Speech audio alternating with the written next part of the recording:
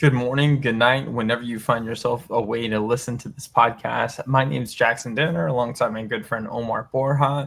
Omar, this is the show we have looked forward to recording so much. It is our week one preview, which means football has started. We're talking about some actual games that happened in week 0 and previewing an amazing non-con slate in week 1 at across all levels of college football. So Omar, how was your week 0? I heard you had nothing going on Saturday, right? Yeah, fairly quiet. Fairly Really quiet. quiet Saturday. Quieter than if you were in Ireland to watch. If you were the family of a quarterback that was playing in Ireland, much quieter Saturday than that for sure. Yeah, I definitely had a better time with family. I will say that. Better family bonding. But I won't even go there. But No, um, no, we won't. We'll try not to go there. yeah, But yeah. man, how about I had to break out the if you're not watching on YouTube, the Nichols shirt from our 2020 spring season, because what a win. Is that the biggest win in Nichols football history? Close to it, right? I mean, you're beating a Um, top 4 ranked team, right? yeah, I would say, but also it's a better case of abolishing preseason polls because I'll be honest, like I was guilty of having UIW in the top 10, but Nichols showed me something because I had not thought highly of the Southland Conference, to be honest with you. I still think it's a one bid league, but man, um, I got to say, like if Nichols takes care of business this week, I might have them top 20, top 15. I just got to rework the poll, but my poll is going to need a complete reworking after the UIW And game. to any listeners that might not be aware, Omar is an actual FCS voter. So I could say the same thing, but it would be utterly meaningless. Omar actually has some weight on the topic. So for the FCS. Well, I mean, the poll isn't an official criteria for the FCS playoffs. I mean, I guess it goes into some consideration, but um, I'm not gonna, I'm not gonna hype myself. What Omar is saying is that if your favorite FCS school does not make the FCS playoffs, you can hold Omar personally responsible. That's what he's saying. No. We'll go into going over our week 0 players of the week. I can start off with my offensive player of the week. I'm going to go with Maverick McIver, the quarterback from Western Kentucky, who I talked a little bit about last week. If you listen to our week 0 preview, then this win came as no surprise to you. Maverick was the highest rated returning quarterback in college football, according to PFF. He was a transfer from Abilene Christian, if you haven't heard of him until now. He went out and balled for 401 yards, 3 touchdowns, 0 interceptions. He threw 30. He was 33 for 51. Head coach Tyson Helton really knows how to carve a path for success in an era where stability is a luxury. He creates stability almost via instability. This is his second time bringing an offensive coordinator and quarterback combination from a smaller school to the Hilltoppers. He did it obviously a few years ago, bringing in, I forget, which school did they transfer from? Last year's quarterback, you're saying? I can't Or remember. well, Anyways, Caden Veltkamp. Caden Veltkamp was actually there in 2023. Started the Toastery Bowl against Old Dominion. Um, so he was, I guess, homegrown per se, but but yeah, like Bailey Zappi, of course, comes to mind, like the first guy when it comes to transfers at WKU. But yeah, Veltkamp was the rare guy from last year. But Austin Reed, I think you're thinking of from 2022 and 2023.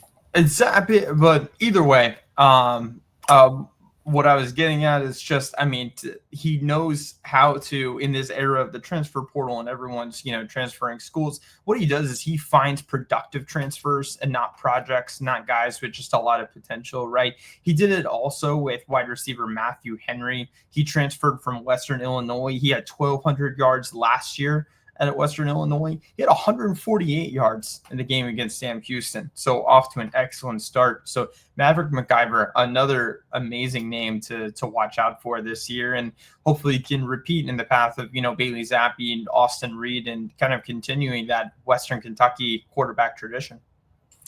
Yeah, I mean, it was. I think that game was the biggest toss up of week 0. I know that Sam Houston was a double digit underdog, I didn't really agree with that, and I think that Western Kentucky actually covered, but just a thrilling game in general. I mean, I think Conference USA, I would say two through the bottom of Conference USA is very hard to predict, honestly, just because the gap between top to bottom, even with Liberty at the top, is very unpredictable. So, Western Kentucky's 1-0 in conference play. I mean, that's got to account for something. They haven't been in the conference title game since I want to say it was like 2022. Honestly, yeah, they haven't been in the conference title game since 2022 or no 2021 actually against that great UTSA team that won 11 games in the regular season. So yeah, McIver. I mean, Western Kentucky is always going to find their guys no matter what, which is amazing. It's a plug and play system to say the least. I was definitely higher on Sam Houston going into the season than probably the general public. Western Kentucky was up there with, in the conversation, all preseason for winning Conference USA. And Sam Houston, I'm a big believer in what they've got going on there and kind of their air raid offense where they might throw the ball 70 times. They might run the ball 70 times. You never know going into the game which one they're going to do. It's all about what kind of looks the defense gives, right?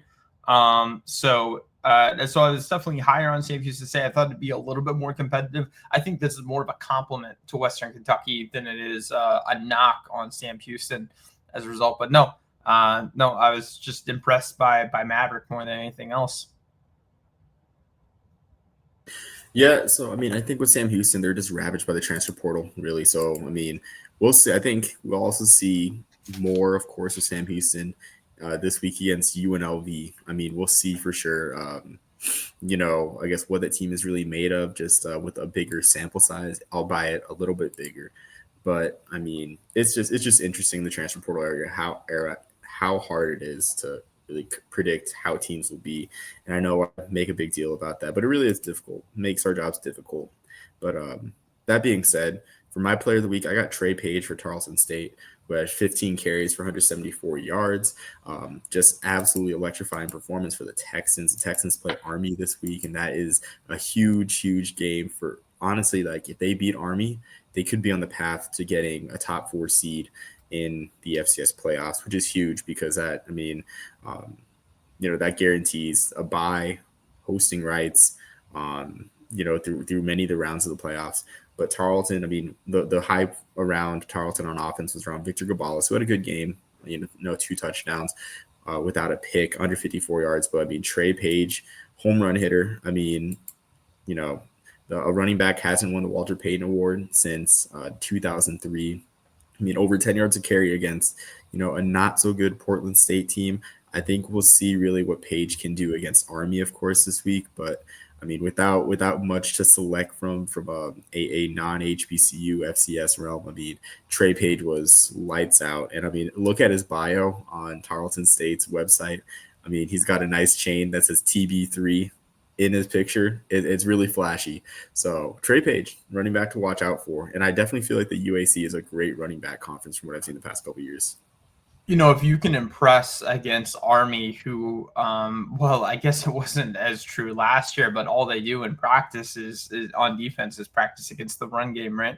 Not as much anymore, but I'm curious to see how some of these week 0 teams play in week 1 against week 1 teams that did not play in week 0, right? Did you knock the rust off a little bit? Are there going to be fewer mistakes? You're going to come ready to play, so to speak, as opposed to some of the week 1 teams that are entering their first game, right? I'm curious to see if that's going to make a difference in some of these smaller school versus larger school, like a Tarleton State versus an Army. So I'll move on to my defensive player of the week. I'm going to go with Ethan Lee, a safety from Nichols, against a shocking win in Incarnate Word. Again, he had 2.5 tackles for loss, an interception, a pass breakup, and a quarterback hurry. Ethan is just building off of a great year that he had last year. He rallied for 10 tackles on the road at LSU. That was one of the more impressive moments for him. He also plays as an emergency punter. So if you're looking for a deep sleeper for the Paul Hornick Award for the most versatile player, Ethan Lee you could throw in there. The feeling post game for Nichols was that this was not an upset. They went in expecting to win. So I'm curious to see how Nichols fares throughout this year. But no, I could have easily also given it to his teammate, Jake Delmato, a linebacker for Nichols. Jake was all Southland Conference in his first year, and so he's not a stranger to recognition. He had a couple tackles for loss as well. But now Ethan Lee, he on Nichols' website, he actually listed as wanting to be a plumber as his career goal. He's got to be careful. He might find himself on a UFL roster if he keeps up this kind of play. So he might have to put the plumbing to the side just to play some more football if he keeps this up. Yeah, I mean, I got to say that Nichols' defense was a story of week 0. I think at all levels, to be honest with you. I mean, everyone expected Incarnate Word to just continue where they left off. I know I did for sure. It's a plug. I mean, I use the term plug and play system. Same thing with UIW. I mean, all the transfer quarterbacks that they've had in recent years are last year they plugged in Zach Calzada, who is back in the SEC now. Calzada did great in their system this year. Was Nebraska transfer Richard Torres, who I thought, man, Power 5 talent. You know, this is going to go just fine. And Jalen Walthall returning at receiver. I know Walthall getting hurt early in the game benefited Nichols a good amount as well. But man, I mean, Nichols out of nowhere, honestly, to pull this upset, and now the Southland looks wide open, unless UIW had a bad week. And we got to talk about how it was on ESPN2 with only one other game on, right? Yep. So that was huge. Unless you were, now what I did, my TV setup, I had 2 TVs out, and I had, the Ireland game on the main one, some preseason and some NFL preseason football on the other, and I was flipping back and forth constantly between the Nichols and the Kansas State Iowa State game. I kept finding myself more and more going back to the Nichols game and not watching part of the Aer Lingus Classic, just because I was so impressed with Nichols and wanted to continue watching. But anyway, Omar, who was your defensive player of the week from week 0? Yeah, so my defense player of the week from week 0 was Kilinahe Mendiola Jensen for Hawaii. I mean, the stats aren't flashy, really. 4 tackles, 2 pass breakups, 1 interception. But that interception was huge. I mean, just a really acrobatic catch, really, I guess, quick reflexes, getting that interception. And it essentially helped Hawaii win the game. It really turned the tide of that game, picking off Ben Goldbranson. But I guess bigger honors too to Hawaii in general, their secondary, their whole defense, because Ben Goldbranson's EPA during that game was bad. I think I want to say, I got to pull up the number really quick, but I want to say he had a negative 0.49 EPA across all his dropbacks. But let me pull up that stat really quick. But Omar, how many times have we talked about, though, that defensive backs should not have flashy stats if they're doing their job, right? Oh, exactly. Yeah, exactly. Shoot, I saw the stat the other day, but I mean, Goldbranson and Stanford had a rough go. I mean, it's a wonder that they were able to score points, honestly, with just the advanced metrics showing that Goldbranson just did not do so well. But I mean, Hawaii will have its hands full against Arizona this week. Of course, that's Arizona squad that's missing T.I. Rowe, McMillan, Noah Fafita is back, so the test will be tougher on defense. But it's needless to say that Mendiola Jensen is tested and ready for this upcoming game against Arizona. Just pulling it up real quick on PFF, he had a 90.1 grade for week 1, which is elite. It's got the little blue square next to it, so that's how you know he balled out. 2 run stomps, only allowed 1 reception on 3 targets, and that was only for 3 yards. He played excellent, and that's definitely. I mean, he had a 62 grade last year on defense. He's starting the year out with a 90, so he's doing okay so far. Yeah, shoot, I couldn't pull up the EPA for Goldbranson, but it was really low. So. That being said, you don't, when you think of Hawaii in the past, when they won games with the offense, but the defense really stood up to the challenge, especially after Mike Alahado got hurt midway through the game and was struggling.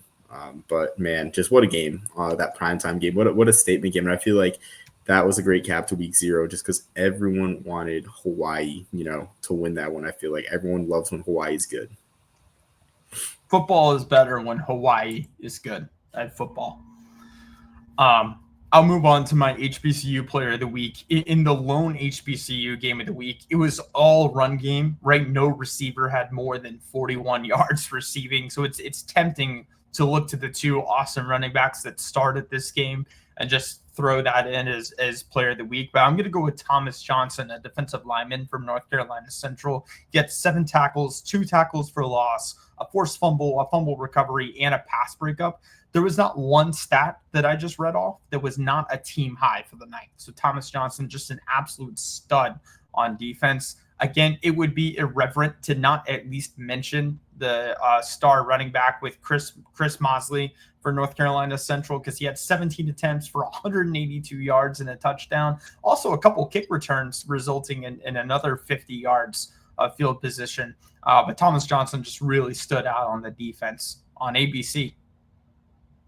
Yeah, I mean, the MEAC-SWAC challenge was an absolutely fun watch with all those long runs, honestly. I mean, and some electric calls too by Tiffany Green and Jay Walker. I mean, they are such a fun broadcasting crew to watch.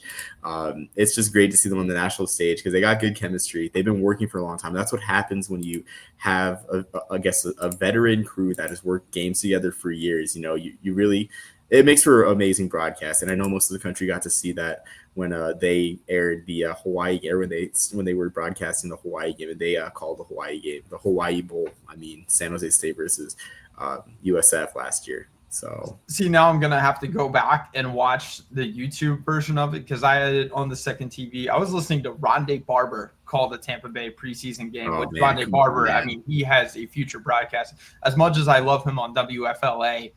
For just preseason games, he needs to find something else. He's a brilliant mind, but we're not talking about Rondé Barber right now. We're talking about the MEAC-SWAC challenge. So, yeah, I mean, Chris Mosley might find his way. I mean, on a Walter Payton Award watch list. Because 200. I mean, looking at the all-purpose stats, he had 11 yards to carry isn't too bad. That's not shabby. Oh yeah, I mean, but over like 200 in 230 all-purpose yards is really amazing.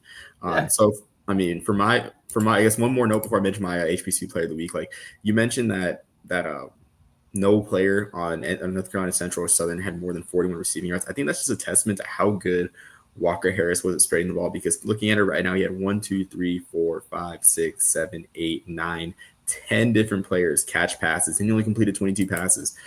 So Walker Harris, man, like I think it's great. I think he's great. He's underrated for sure, honestly. I mean, just following the footsteps of Davius Richard and, being overshadowed by guys like Eric Phoenix last year in the MEAC. But man, just what great ball distribution from that offense. But for my player of the week, I know you mentioned Chris Mosley, but I have to go with Trey Hawley. In a losing effort, though, he had an electrifying 80-yard touchdown where he broke a tackle in the second level and he was gone.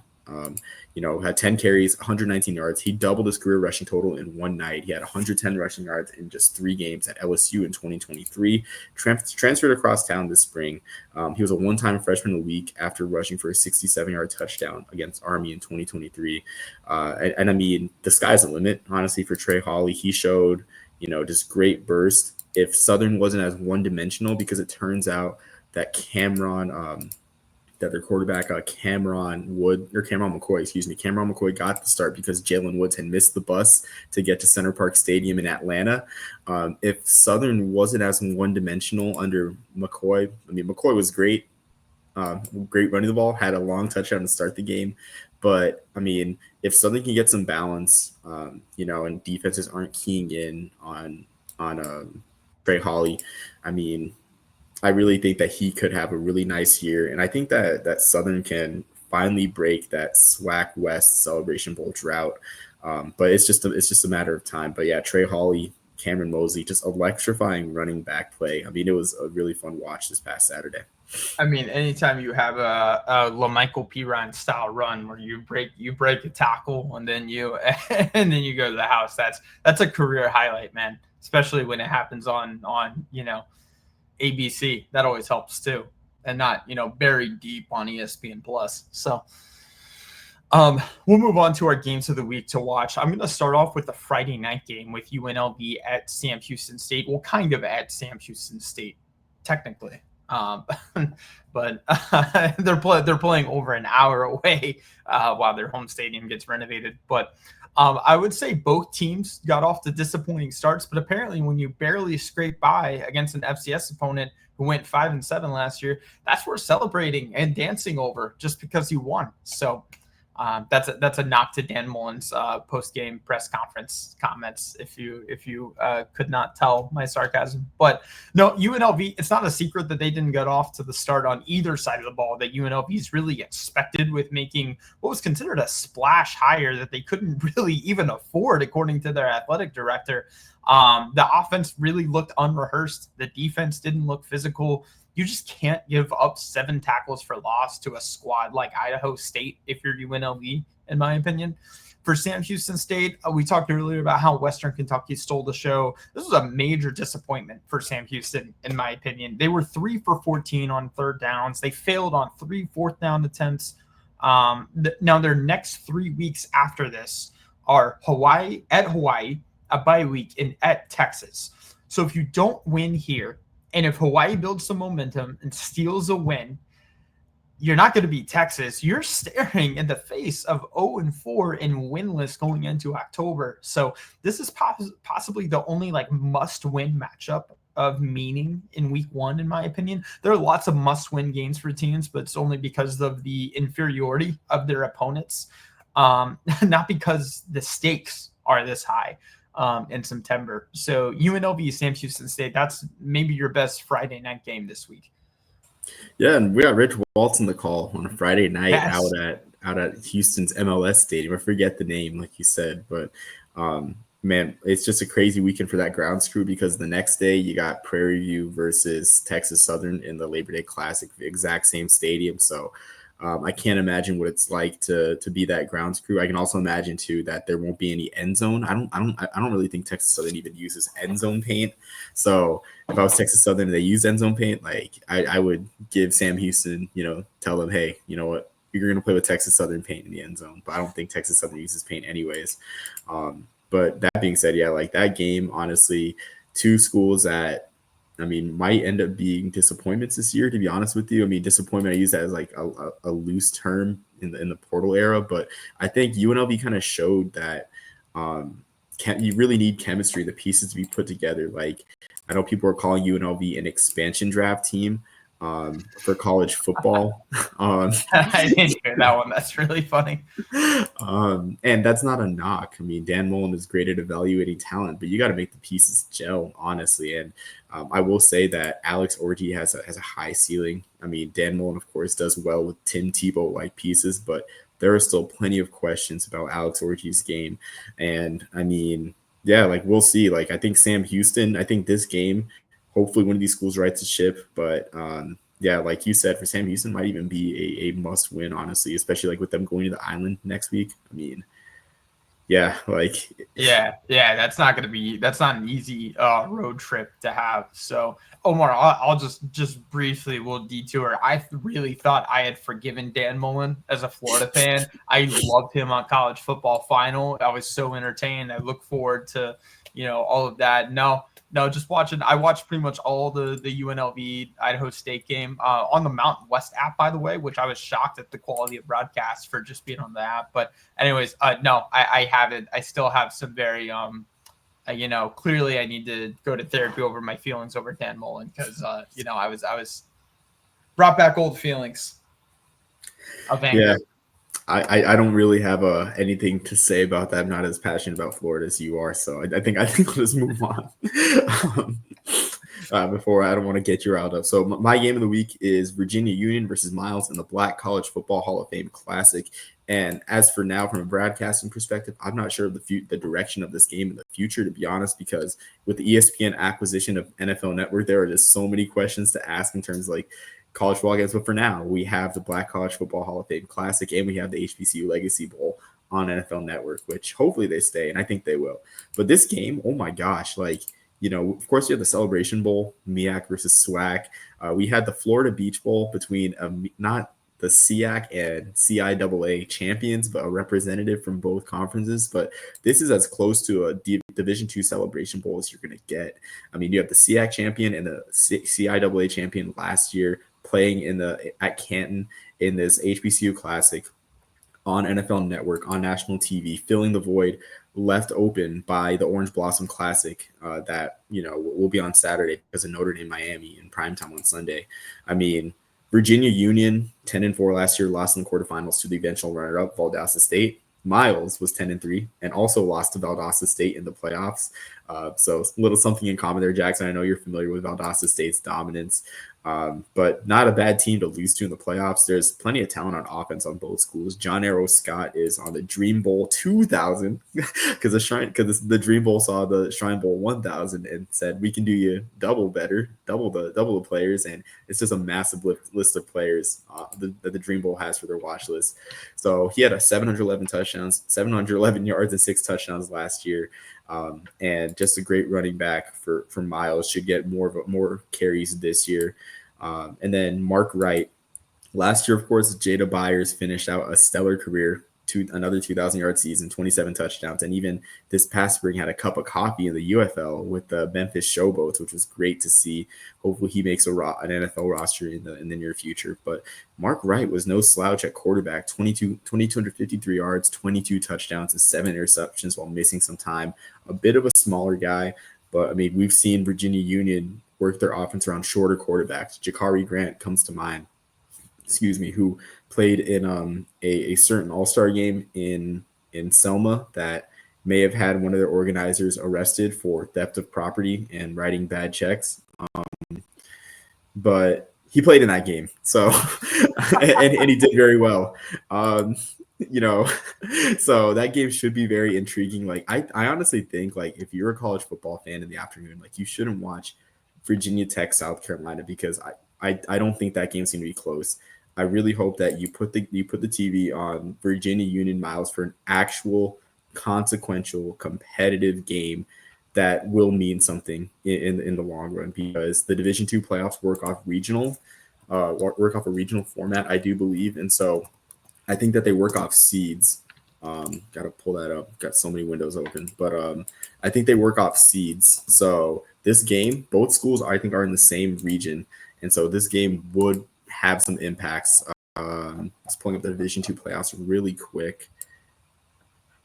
Yeah, so I think both schools are in the same region. They're in Super Region 2. And so the way it works is the 1 seed will get a bye in the Super Region, and then 2, 3, and 4 in each Super Region that has, I got to do math, I guess, that has 7 teams. So each Super Region has 7 teams.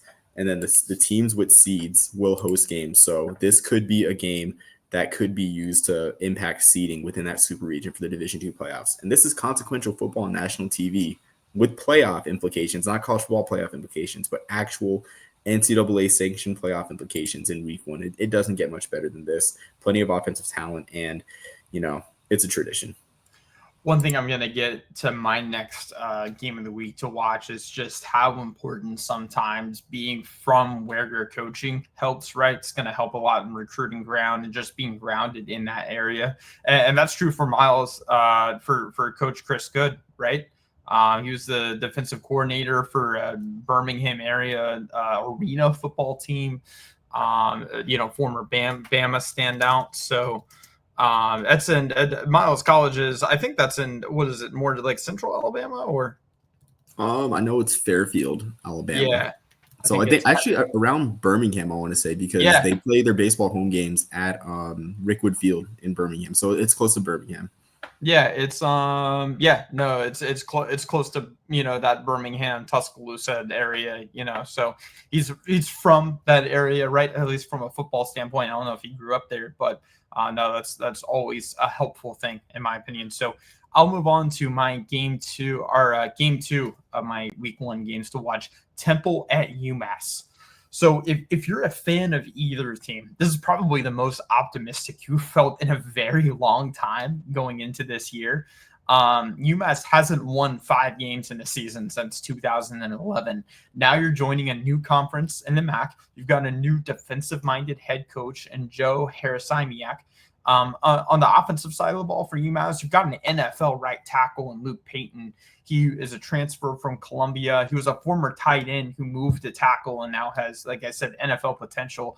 T.Y. Harding is a very versatile, speedy receiver, one of the best deep threats in the MAC, in my opinion. Jaquan Gibson is another really reliable option at receiver who has been a leader in the wide receiver room, according to coaches, and has a really impressive vertical and catch radius. And then on the defensive side of the ball, what really gets me excited about UMass is that secondary. They've got a couple transfers with a lot of Power 4 experience, and they're going to have their head coach, Coach Harrisimiak, as a mentor, right? I know he's not the secondary coach, but he was the secondary coach at Minnesota not that long ago when Antoine Winfield was a Nagurski Award finalist, right? So, and your focal point on the defense in middle linebacker Timmy Hanspeter, he followed him from Rutgers, where Joe was the defensive coordinator last year.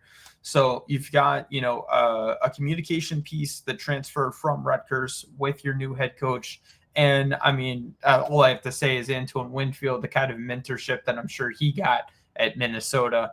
And you've got experience too in that secondary. So that's really going to be something to watch out for. For Temple, Casey Killer is a winner, man. He has been wherever he's gone. He did it at Sam Houston State for years.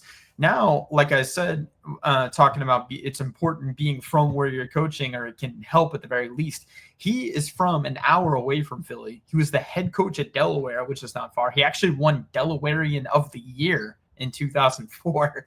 So he can quickly create some really meaningful ties for recruiting just due to his geographical disposition. So on offense for Temple is really going back to that run-first identity with an offensive coordinator that had phenomenal success in running the ball at Montana State. Offensive coordinator Tyler Walker, like I said, came over from Montana State to Temple, and he knows a thing or two about running the ball. So, and then you've got running back Jay Ducker is really going to be the starting back. He followed Casey Keeler from Sam Houston State. So you're going to have continued communication there too. On defense for Temple, the defensive line is the strength really, which is kind of maybe a little bit unusual when you play a 3-3-5 defense like Temple. But what's nice about that is it really loosens up the linebackers and secondary to be more effective in the run game, where you have 8 in the backfield. If you've got a really solid starting 3 that can kind of clog up everything up front, and then you're just playing with an extra body in the back of the field, right? Which can be handy on both sides of the ball and are running the run game and the pass game. So, yeah, excited to see where these two teams end up. Like I said, a lot of optimism, more optimism than you felt in a very long time if you're a fan of either team. Yeah, so I'm excited about both programs. I think it's interesting with Temple, though, for me, and in another podcast that will release this morning, or I guess that will be released at the same time as this one around, just previewing Northeast football. I mean, I want to buy Casey Keeler in year 1, but I have no lack of confidence that he is going to turn Temple around. It's just tough for me to buy in year 1, but they're experienced. And I mean, Evan Simon, he just got single-digit Temple Tough honors at quarterback. I mean, if you've been watching Temple since the Matt Rule days, the single digits have been a huge deal. I mean, Evan Simon, if he's kept upright, will be a really good quarterback this year. The offensive line's more experienced. But last year, that offensive line gave up 37 sacks, really, really staggering total, including, I think, 6 versus Army. But Evan Simon, when he's kept upright, he had 6 touchdowns against Utah State last year. Totally unexpected. But I'm excited for this one, really. It'll be good to see how both teams start the season. UMass will always compete with you well. It's just they're a young team. They were ravaged by the portal, and close losses did them in last year. So it's tough, but yeah, I'm excited to say the least. So going on to my game of the week, staying in the Northeast, but going to the state of Pennsylvania, I got the Crosstown Steeltown Showdown between Duquesne and Pitt. for the first time since 1939, these teams are going to play. These crosstown rivals will play one another. And this, I mean, if you don't know your college football history, I mean, Duquesne was once kind of a national power. For instance, in 1936, Duquesne was in the first ever AP poll. They were ranked number 11th. And that came a week after they beat Pittsburgh. And Duquesne would go to the Orange Bowl. They beat Pittsburgh 7-0, but they had lost to West Virginia Wesleyan the first week or after the first AP poll was released. What ended up happening was Pittsburgh ended up going to the 1937 Rose Bowl, and Duquesne went to the 1937 Orange Bowl. So this was once a nationally relevant rivalry game. Actually, sorry. Yeah, sorry, I had it right. I did have it right. So yeah, Pittsburgh went to the. Thank you. I want to shout out NEC Blitz for that. Great writer for the Northeast Conference. He has his great conference preview that's on sale. So look up NEC Blitz's conference preview. But I mean, no one's really giving Duquesne a chance in this game. That's fair because the Northeast Conference only gives out 45 scholarships and the rosters aren't as deep. But a player to watch for that one in this historic matchup is Antonio Epps. He had 55 tackles, 5 pass breakups, and 1 interception. That interception came against Youngstown State. I mean, Missouri Valley Football Conference. It doesn't get much more competitive than that or top level in terms of accumulating stats and making plays. So, but I mean, honestly, no one's expecting much from Duquesne in this one. But it's just great to see this crosstown rivalry back, and hopefully it'll get people to open up the history books and look at what Duquesne football once was. Omar, we try and appeal to the diehard college football fan. I don't know why you're wasting time on such commonly known knowledge like participants of the 1937 Orange Bowl. I mean, I'm pretty sure everyone knows that, whether you're a college football fan or not. So, no, I tease, but you're on mute. That's related. Little spoiler for my third game of the week. I was trying to prepare the file ready, but sorry, Jackson. We'll go on to yours. I'm going to go with Hawaii at Arizona. This may be the only game that got immensely more interesting due to the results of week 1. Hawaii is on the rise, like we talked about. They won their first Power 4 game at the last 9 attempts. Arizona appears to kind of have an uphill fight to improve when the rest of the conference seems to constantly be getting better, or at the very least raising their aspirations for the season. Arizona's secondary being one of their strengths. I think the Wildcats could win this one large, like they're projected to, particularly if that defensive line gets some pressure. Hawaii is going to go in with a lot of confidence. They're going in with the rust knocked off, unlike Arizona. But Hawaii needs to get more pressure. They only had 1 sack versus Stanford. Luckily for them, Arizona only returns 1 starter on what was one of the worst Power 4 offensive lines last year.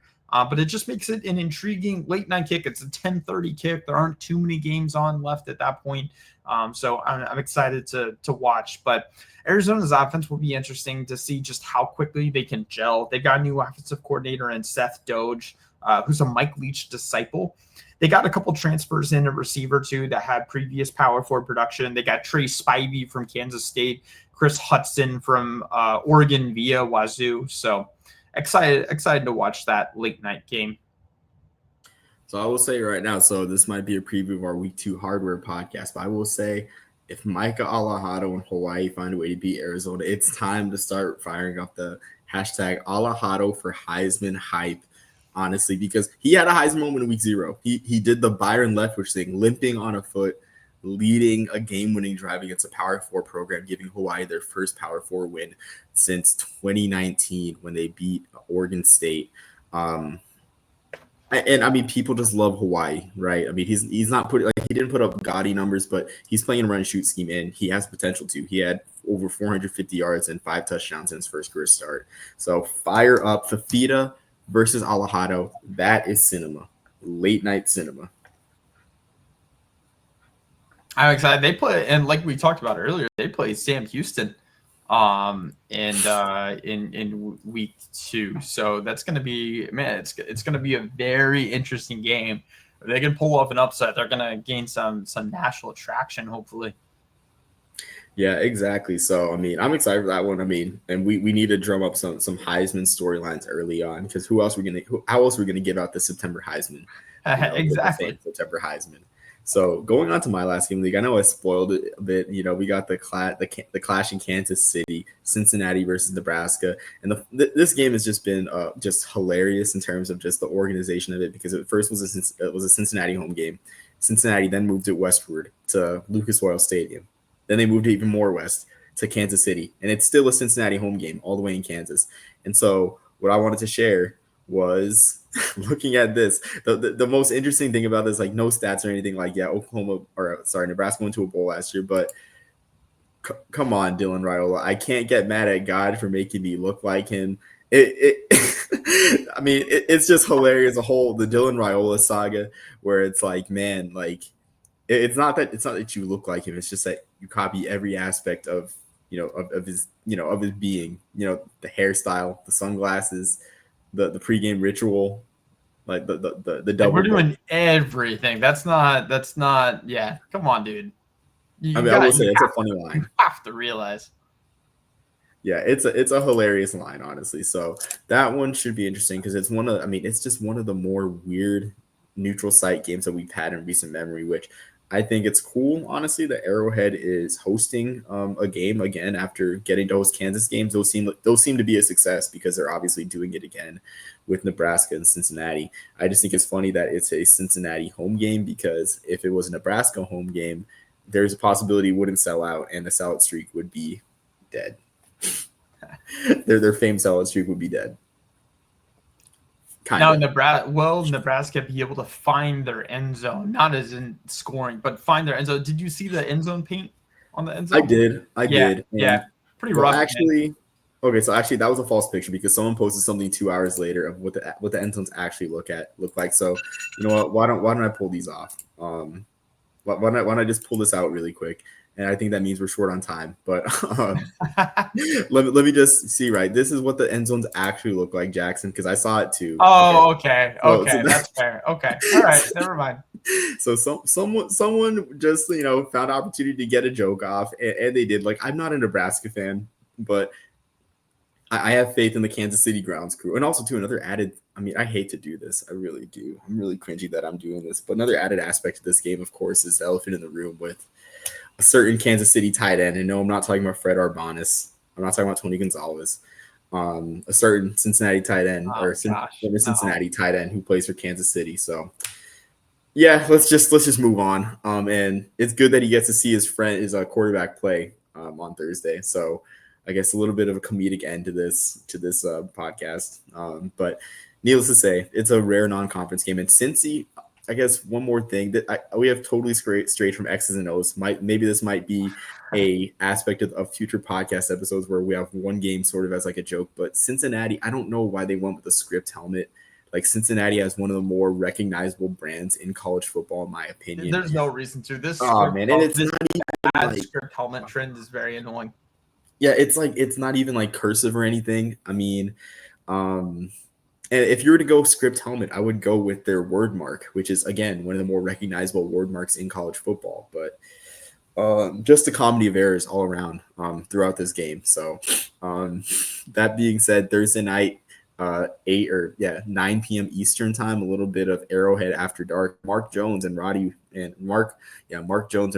on the call. So just a good broadcasting team there. Should be exciting. And the Chiefs play in Brazil week 1, right? So you're not even screwing anything up for the grounds crew there. So, oh, that's true. I didn't think about that. How is Patrick Mahomes getting from Kansas City to?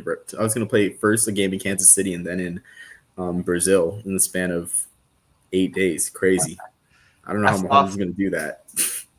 That is tough. Cool. Yeah. It's the same guy playing for Nebraska, right? Oh yeah, absolutely. Yeah, he is. Okay, man. All right.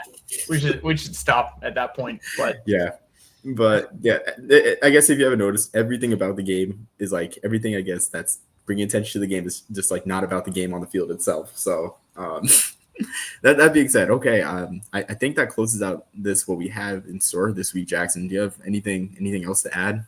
I do not. I'm excited for week 1 football. Excited for Lee Corso's final game day, as tough as that will be the process.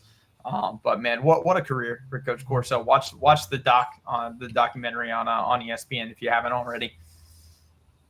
Yeah, I agree. I mean, I think for Big Noon Kickoff, Dave Portnoy will carry the torch in terms Oh of. gosh. I'm just Okay. kidding. Never mind. Now I'm it's just really kidding. time to get off. Okay. All right. Totally joking there. But yeah, I mean, I actually might wake up for game day for once, honestly. I'm a notorious non-game day watcher. Just wake up, mostly because I live in the mountain time zone. Just kind of wake up and watch college football. But maybe I'll wake up and watch college game day this weekend, if only for the great Lee Corso. Yeah. But that being said, everyone, thank you for tuning in. Let us know in the comments below what week 1 games you will be watching, and what you thought about our picks. Also, what you thought about the whole Dylan Raiola scandal or Dylan Raiola situation, everything, anything in the comments below. And thank you for joining us. Thank you for watching. Lord bless you and keep you. Make His face shine upon you. Be gracious to you, and peace, love, and soul. Burger Popper.